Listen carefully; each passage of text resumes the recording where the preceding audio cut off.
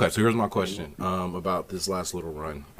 Made me think: Is this Draymond's best season since 18-19? Yes. It's the best he's been. Right. I would agree. What was 18-19 was 18-19? the last time they were in the finals. Raptors. Yeah. This Okay. year. Last year with KD. Yeah, pretty much. So since KD has left, is this Draymond's best year? I would Yeah. agree with you that yes, it is. But go ahead, or damn. Oh, yeah, but I guess it's to say we got here, and I don't know how I feel about Clay and Dre. I feel you gave you give Clay his flowers. I think they both deserve their flowers Yeah, for is the what point for what Draymond. seasons Yeah, they've had to this point. Because it feels pretty, yeah, it felt pretty unexpected in different ways for both of them to really come back. But he's still Draymond's more frustrated. He was just way too trash. He was trash. Now I'm seeing like, bro, why were you? It's bad. So why were you stressing us out these last couple of years? Anyway, Draymond's amazing. I didn't think he had this much left in it, and I hope now at this point that we can decide this. Making the decisions. I think for the future stuff, I feel like the transition into the next thing was unclear, but because of the way Draymond I felt like Draymond's game was descending post KD, like that eventually we'll have to move on. But now it's just I don't know what fuck happened with this team. I know they're gonna win a lot, but Draymond's still a part of this. yeah, Very definitely. much. Still, I mean, anchored. Still the anchor. I guess I had to. For me, Yeah, I I mean, was so ready to move on from it because of how bad he was on offense these last 2 years since the 18. He's here. yeah, He's here. yeah, and I wonder aggressiveness on offense is always going to be an interesting thing to try to kind of wrap your head around. It's a basketball psychology thing. It's whatever Rondo not wanting to attack the rim after Obama made fun of him missing free throws, Ben Simmons' whole thing. Like, there's a lot goes into like whatever The Rondo effect. the mentality of like not being confident in your ability to score and how that ebbs and flows or whatever. But I was think it's interesting. I get kind of where you're coming with the frustration, but as I'm thinking about it more, I do wonder how much of it is 1920 obviously doesn't feel like he has a chance to win a championship, so he kind of punts that season. And I think that's the one Yeah. that a lot of people feel is understandable. Obviously, once Yeah. Steph gets hurt, next It's year, just you remember that year though, just the marker yeah, I that year. didn't watch Remember when he any of walked that in year. bounds?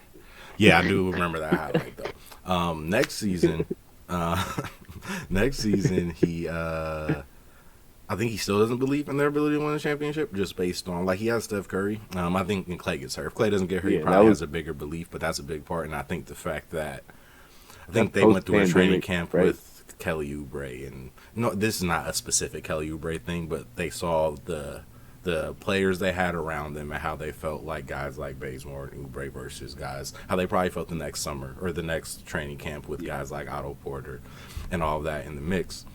But then Wise last year, and like then what Wiseman, hmm Ricky Wiseman yeah, coming into that exactly. shit, no training camp with the COVID, like he was not seeing a championship season to go in Yeah. that year. And then I would say Yeah. last year I think he obviously sees the chance to win the championship. I don't think his body was at a point where he could actually like do it a hundred Yeah, he was percent. resting.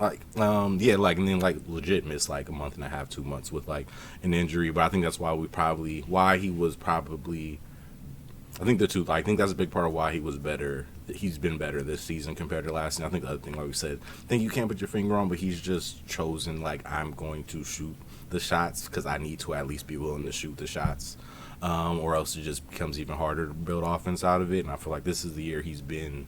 This is the most aggressive I feel like he's been on offense without Kevin Durant on the team because that didn't really count because he doesn't have to shoot anymore really since the 15-16 season. And Yeah. obviously not that aggressive on offense because you don't want him to be that aggressive because he doesn't have that ability necessarily.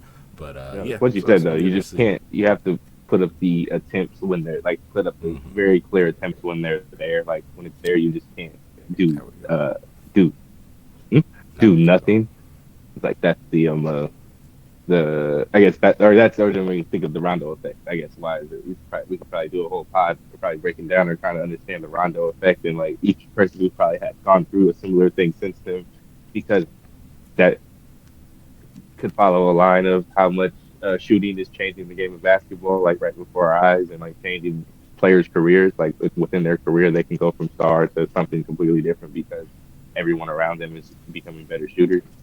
But Draymond is just it's not about being even a great 3 point shooter or being great at layups. It's just about not hitting this point, this long space that he was in the time where he was kind of just trying to do nothing on offense. Like he was doing everything else on offense besides trying to just take the simple shot. Like he was living in the nothing. I feel like now he's just comfortable in that. I'm gonna take the layup, I'm gonna take the three. We're gonna have games where I can, just have my 12, 13 assists. Everybody hot. And I only got to score 3 points, but I'm never gonna let that, he's not letting that stop him from continuing his pace he has, which is, getting those layups up within the offense, taking that three within the offense. I want to see how often he takes a 3 pointer in the first quarter this year. I feel like Yeah. him and Kerr have a healthy place, but Draymond Green is taking three pointers, taking one 0.5 to 3 pointers a game in the first quarter. And Yeah. like, this team's in a good place, but